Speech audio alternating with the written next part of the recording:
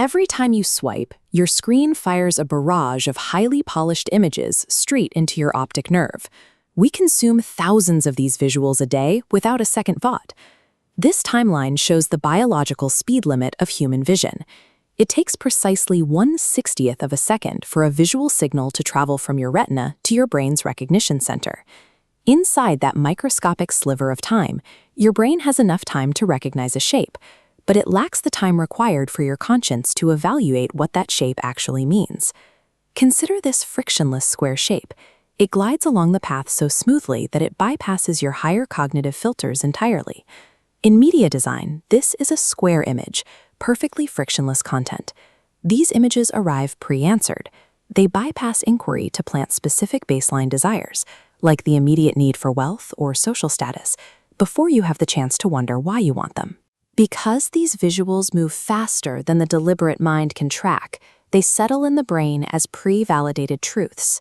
This high-speed intake leaves no room for the conscience to assess the long-term consequences of these sudden desires. You are the target of seduction engineering, a system designed to provoke a raw appetite within that first 60th of a second, long before a single question can form in your mind. Edward Bernays was the primary architect of this frictionless manipulation. He realized visuals could manage the public by speaking directly to their instincts. Bernays's campaigns targeted raw human appetites directly, intentionally sidestepping the slower, more difficult process of reasoning or public debate. We see this in his 1954 campaign in Guatemala.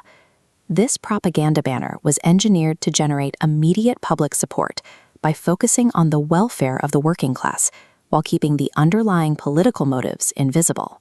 While the American public focused on the engineered message, Bernays successfully obscured this reality, an armed conflict and violent aftermath the public conscience never processed. This approach stands in direct opposition to the older philosophical traditions of Plato and Paul, who argued wisdom requires using conscience to block self-serving rationalizations. In the 20th century, the educator Paulo Freire developed a modern counter-strategy. He used what he called codificaciones to force viewers back into a state of awareness. Freire called this provocation engineering. He designed visuals that demanded the viewer act as a conscious thinker rather than a target for seduction. These two men built two opposite directions of travel on the exact same cognitive channel, one moving toward unthinking appetite and the other toward conscious inquiry.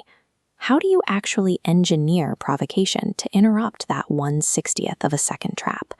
This geometric model shows the round image. Unlike the smooth square, it is built with intentional texture to create visual friction. This friction creates the pareidonia, a mechanical pause at the 1/60th of a second mark, physically forcing the eye to slow down. That interruption breaks the brain's automatic flow, preventing the image from slipping immediately into your long-term memory as an answered truth. This pause stops the brain from engaging in reflexive rationalization, that specific mode of thinking where we justify self-serving desires without considering harm to others. By creating this mechanical delay, the pareidonia grants the conscience a necessary time to activate and formulate a question about what it is seeing. This intentional design ensures that an image cannot bypass our moral judgment.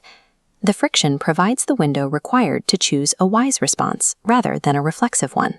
In our current era, AI image generators and algorithmic feeds has scaled Bernays' seduction to an unprecedented level. We are constantly immersed in a stream of frictionless visuals designed to bypass our deliberation. We are currently navigating a frictionless slipstream that makes it easy to ignore the consequences of the media we consume. To reclaim our attention, we must shift toward media platforms that prioritize conscience awareness and the use of visual friction over cognitive abuse. This editorial compass helps you navigate this environment, identifying whether an image leads toward unthinking seduction or active provocation. You can apply this diagnostic test to any piece of media you encounter to instantly reveal its hidden intent.